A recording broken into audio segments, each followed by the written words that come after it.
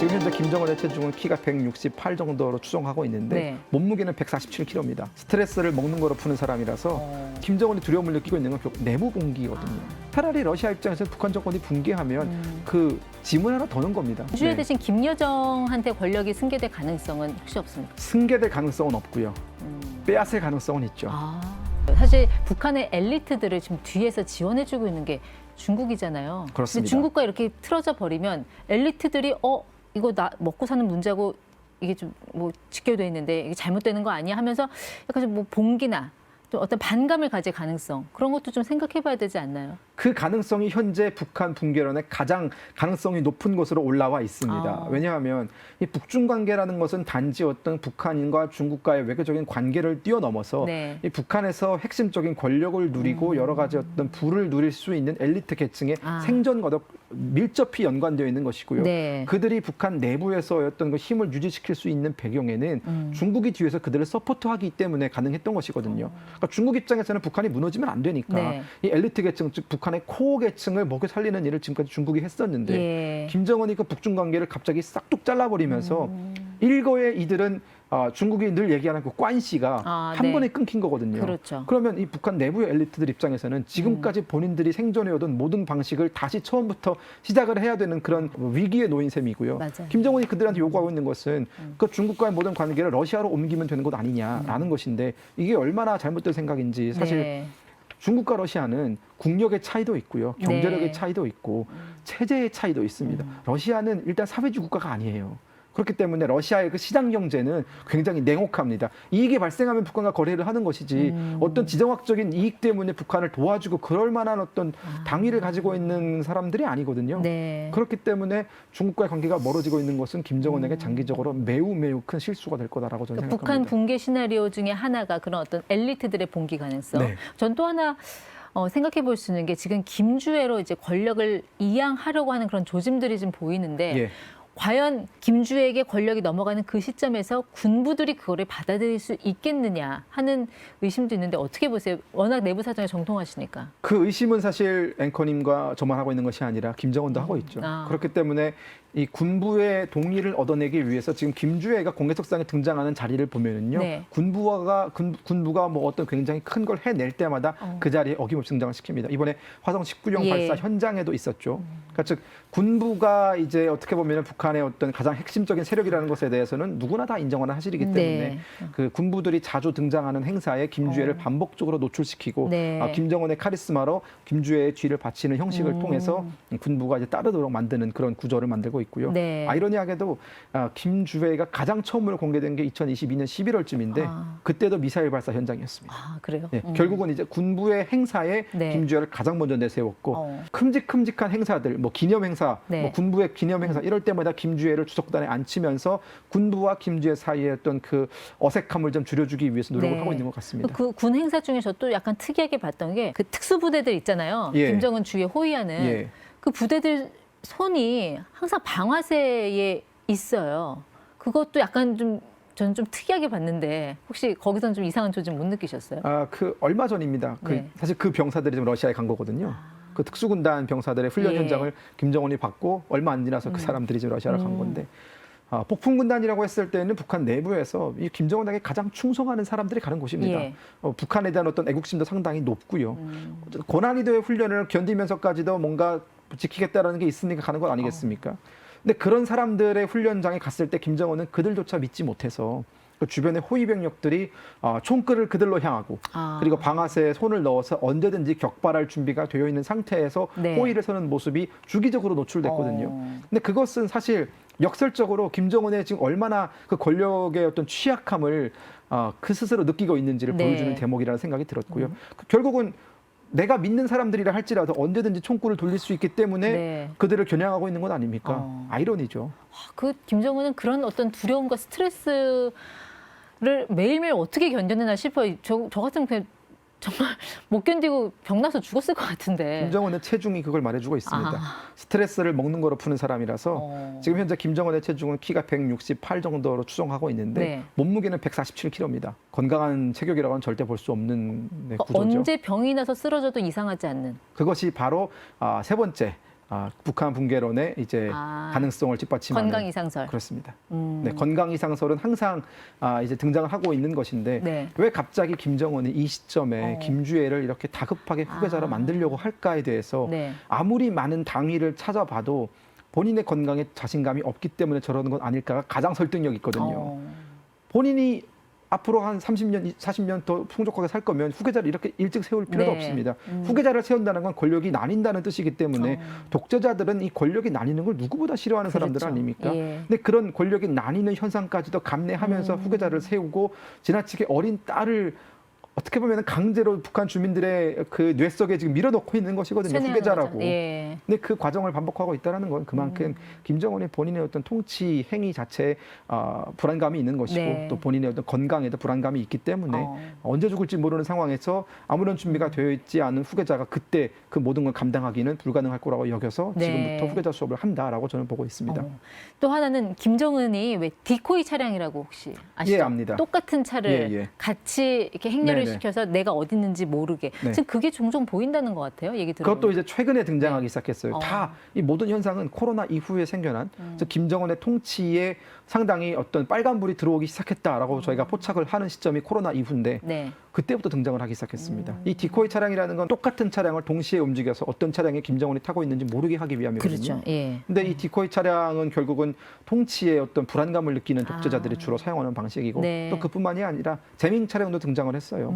이 재밍 차량은 모든 전파, 즉 김정은이 가는 곳의 모든 전파를 차단하기 위한 네. 그런 장치인데 얼마 전에 그 김정은 국방종합대학을 갔을 때 그 방문하는 현장에 재밍 차량이 있었습니다. 근데 그 김정은 국방종합대학 역시 김정은의 이름을 단 대학이잖아요. 그러면 굉장히 북한 내부에서는 엘리트가 충성하는 계급들이 가는 곳인데도 네. 불구하고 본인의 어떤 동선이 노출되거나 또 본인의 여러 가지 어떤 신변 안전의 위협을 막기 위해서 재밍 네. 차량을 운영했다라는 것은 쉽게 말하면 시도 때도 없이 안보 위협을 느낀다라는 거고요. 시도 때도 없이 경호를 강화하고 있다는 것이기 때문에 네.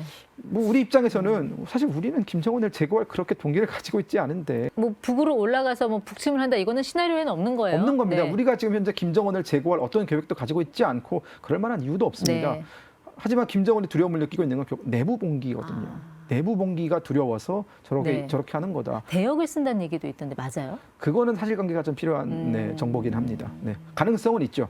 하지만 정확하게 사실로 드러난 적은 없기 때문에 네. 하지만 이 제코이 뭐 디코이 차량이나 뭐 재밍 차량이나 뭐 호위 요원들의 뭐 여러 가지 이상한 움직임이나 이런 것들은 다 확인된 사실이기 때문에 확인된 사실을 중심으로 말씀을 드리고 있습니다. 네. 북한 붕괴 시나리오 세 가지를 말씀을 해주시니까 예. 지금 이런 상황이 떠올라요. 만약에 북한이 붕괴했다라고 했을 때 중국이 어떻게 나올 것이냐. 중국은 어떻게든 친중 정권을 세워서 통제를 하려고 할 텐데 네.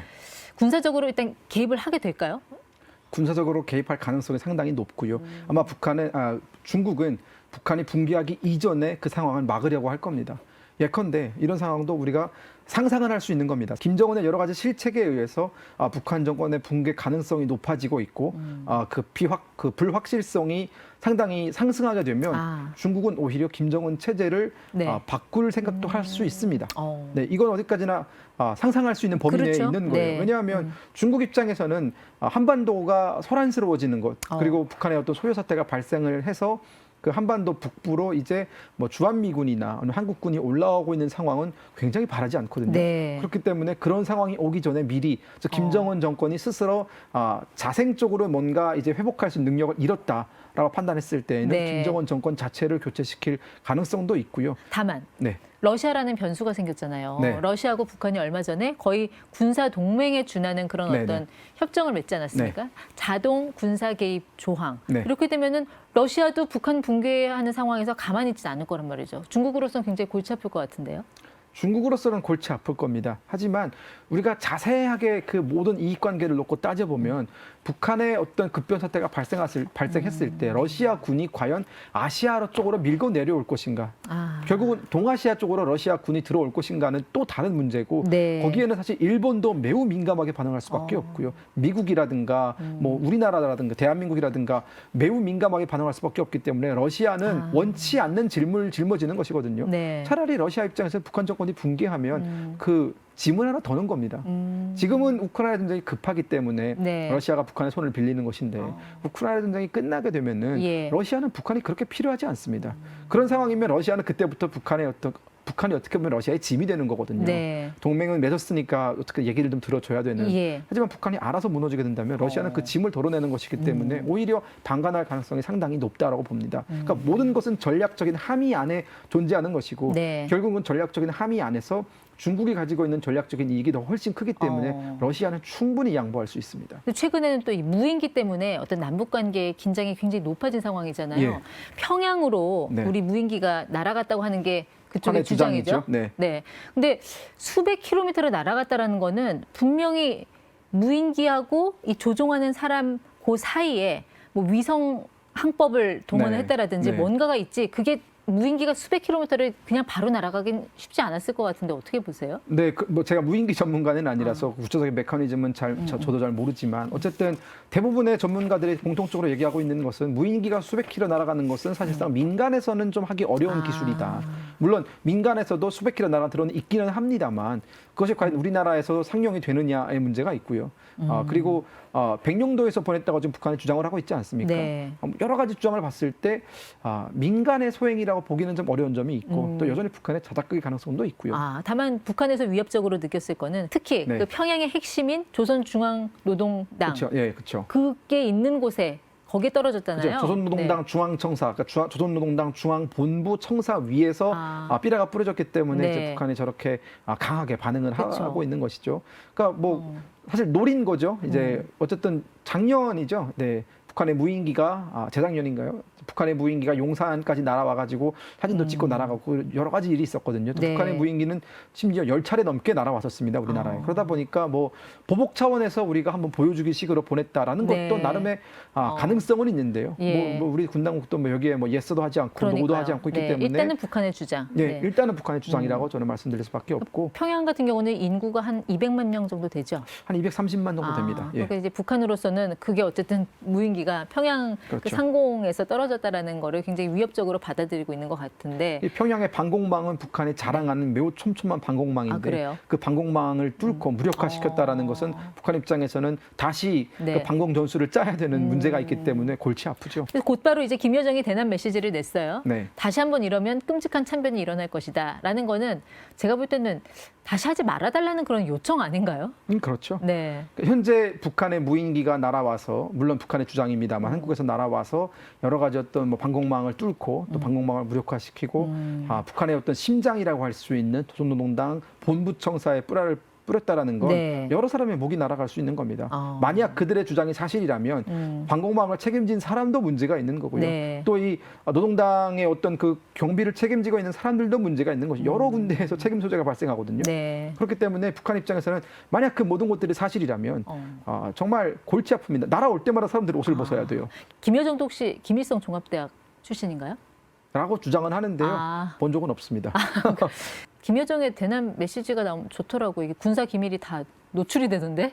네. 김여정은 좀 어떤 캐릭터예요? 김여정은 복합적인 캐릭터인데 어떤 때는 상당히 냉철하고 또 굉장히 잘 정돈된 모습을 보이다가도 네. 어떤 때는 그 감정에 못 이겨서 말을 좀 배설하듯이 하는 경향을 가지고 있습니다. 그렇죠. 네. 여과 없이 노동신문에 등장할 때가 많거든요. 네. 그 말은 김여정의 그런 파워, 그러니까 노동신문에 실릴 만큼의 어떤 김여정의 말의 파워가 여전히 네. 북한 내부에 있다라는 것이고 김여정의 지위는 지금 조선노동당 선동부 부부장이거든요. 네. 이 선동부라는 건 모든 어떤 북한의 프로파간다를 담당하고 있는 것이기 때문에 예. 그만큼 김여정의 목소리에 힘이 실릴 수 있다. 최근에는 사흘에 한 번꼴로 북한은 자위적인 국방력 노선에는 변함이 없다. 뭐 이런 거 계속 강조하는 메시지를 내는데 이게 네. 우리를 향한 겁니까? 뭐 미국 보라고 하는 겁니까? 미국을 향해서 하는 거죠. 본인들이 과거에 뭐 했던 뭐 핵무기 뭐 폐기라든가 핵 뭐 여러 가지 핵폐기라든가 혹은 뭐 비핵화라든가 이제 네. 그런 쪽으로는 돌아갈 생각이 없으니 계산 다시 하자 이런 내용이거든요. 근데 그것에 대해서 미국이 반응을 해주지 않으니까 네. 반응을 해줄 때까지 저러고 있는 겁니다. 김주혜 네. 대신 김여정한테 권력이 승계될 가능성은 혹시 없습니까? 승계될 가능성은 없고요. 빼앗을 가능성은 있죠. 네. 정확하시네요. 김여정으로 승계될 가능성은 지금으로서는 제로에 가깝습니다. 지금까지 동생한테 권력이 넘어간 적은 없고요. 네. 하지만 김여정이 빼앗을 가능성은 충분히 남아있죠. 휴양되고는 뭐 남자만 하란 법이 있습니까? 너무 재밌게 들었습니다. 네, 김금혁 전 보좌관 함께했습니다. 고맙습니다. 감사합니다.